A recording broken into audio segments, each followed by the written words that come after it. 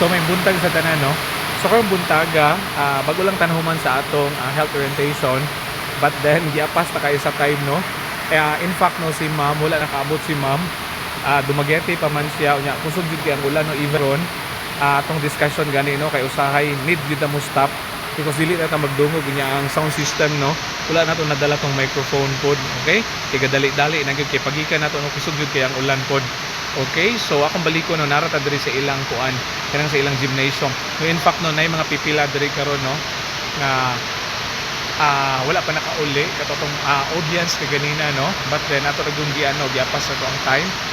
Okay, so akong baliko nata sa may gymnasium niya kaning naa diri no is ila ning barangay hall. So nice kayo no kay new ang ilang barangay hall nila. Okay, so ana, and then karong hapon wala man tay schedule karong hapon. So naatay delivery no nga scheduled.